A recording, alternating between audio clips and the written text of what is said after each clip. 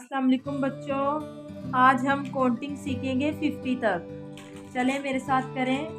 1 2 3 4 5 6 7 8 9। 8 के बाद 9 10 11 12 12 के बाद 13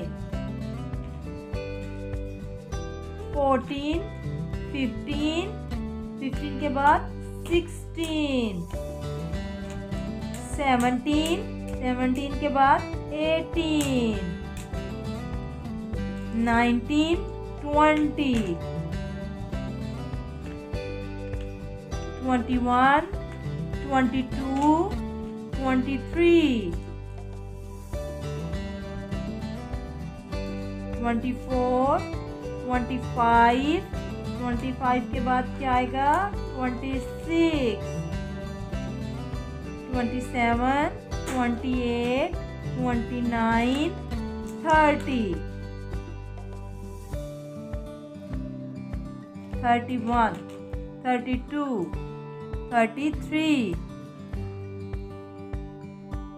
34 35 34 के बाद आएगा 35 36 36 के बाद आएगा 37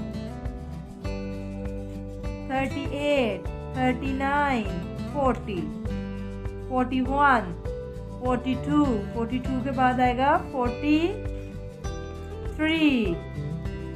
44 45 45 के बाद आएगा 46 47 48 49 50। बच्चों आज हमने 50 तक काउंटिंग लिखी है। अल्लाह हाफिज बच्चों।